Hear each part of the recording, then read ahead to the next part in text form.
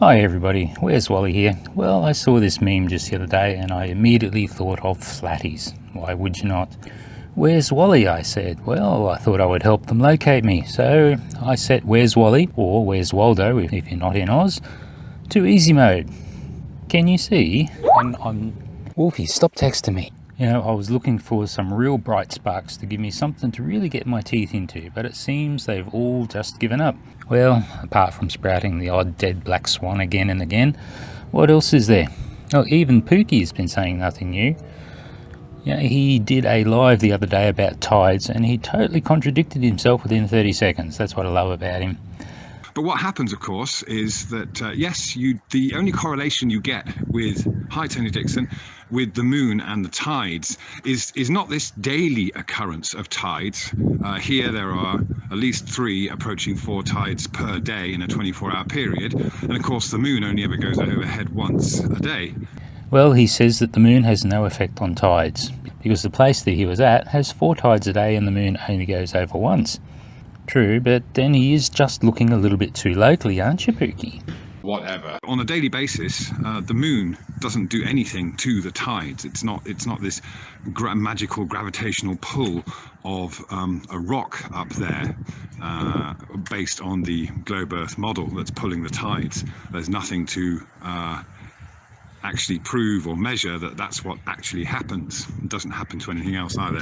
Anyway, besides the point, so the only correlation or coincidence that you get with the moon and the tides is the difference in the tides during a full moon and a new moon. That's when you see the most significant rises and falls in tide levels. But then he said that the moon does affect spring and neap tides. Wow. So Pookie, what is it? And do you want to sort of offer a guess as to why that happens? A difference in air pressure correlates with the tide. You know, a difference in pressure in the container can make a difference to the water level. Fluctuations in temperature. So what about the moon? It's like a clock, isn't it? You know, the hands of a clock can tell us the time. You know, the hands on the clock don't make anything happen. You know, the sun and the moon are working together and they're doing different things. Of course, the sun, as we all know, heats things up, cooling effect from the moon. What am I saying there? Whatever. The funniest part I saw later was that Sleeping Warrior was in the comments saying, "Don't make a claim." Hi, Sleeping Warrior. Yes, I'm going to make a claim. Why not, Tony? Oh, I know why. Because all of the claims that you make are just what the likes of Blue Marble, Mr. Sensible, Simon Dan, Wolfie, Critical Think, Ruhif, Wade, and little old me. These are the things we just love to hear so that we can lock you into it and point out exactly where you're wrong and watch you squirm. Whatever. Well, speaking of learning, here's the guy who doesn't learn, Level Earth Observer. I did look at some of his old videos and it's really just embarrassing. He's looking at the SR-71. Top speed was 2,193 miles an hour approximately. Essentially every 60 minutes, according to the Globe Mathematics, the SR-71 would have encountered 566 miles of curve. 566 miles of curve, I'm not sure where that comes from. Well, I'm pretty sure he's placing a digit in one of his fundamental orifices and extracting the figures from there. Makes about as much sense as what he's saying.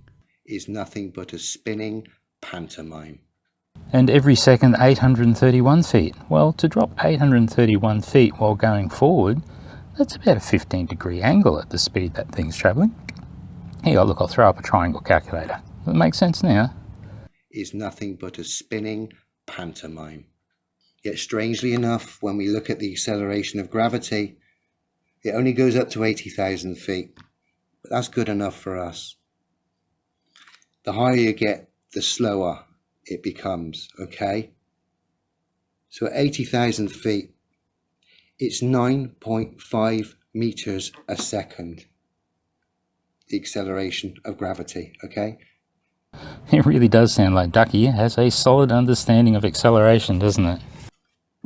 Which essentially translates just over 30 feet. Okay? And yet the SR-71, to be on a globe, needs to drop at 831 feet per second. Hold on there, genius. Because the plane is in level flight, lift and gravity are balanced, dude, so you don't even need to worry about that. Is nothing but a spinning pantomime. Oh, and Ducky, I heard you today in your little rant about debates, and you say, just bring me some demonstrable proof. Well, Brian Schul took photos from up high in the SR-71, and just have a look at this. And if I rotate it and do a little bit of a Rory on it, man, isn't that just a beautiful example of curvature taken from up high? Is nothing but a spinning pantomime. Well, there's also so many COVID-19 fails all over the place, from Ranty's guests to Level Earth Observer to Pookie to Dearth. They all just seem to be wanting to make comments about just how silly they think COVID-19 is.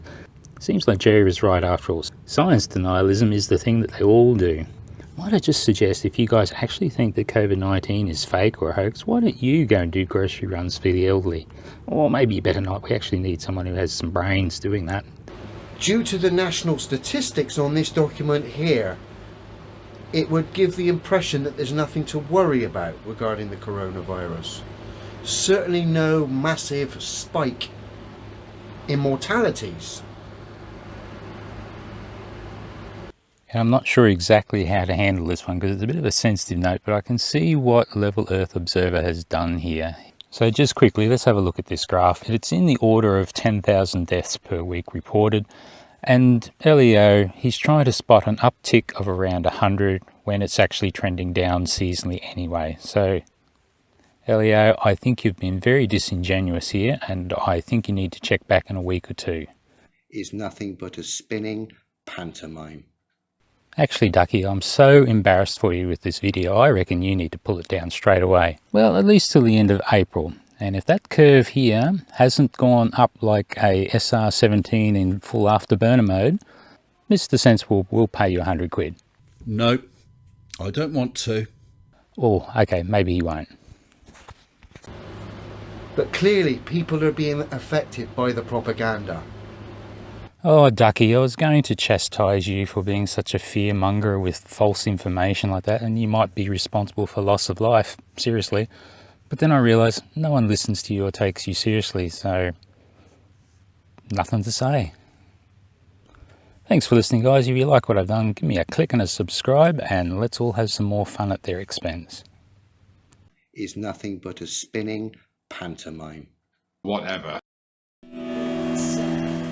The day the flat earth died. Bye bye, now there's no more that guy. Took away his Wally, then he ran off to cry. He tried to prove flat earth, but got a poke in the eye. Sobbing, I watched the flat earth die. I watched the flat earth just die.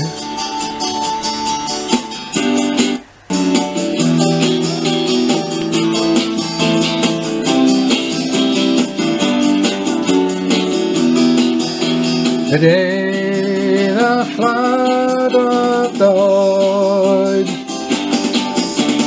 Bye bye, now there's no more that guy. Took away his Wally, then he ran off to cry. Tried to prove a flat earth, but got a poke in the eye. Sobbing, I watched the flat earth die. I watched the flat earth just die.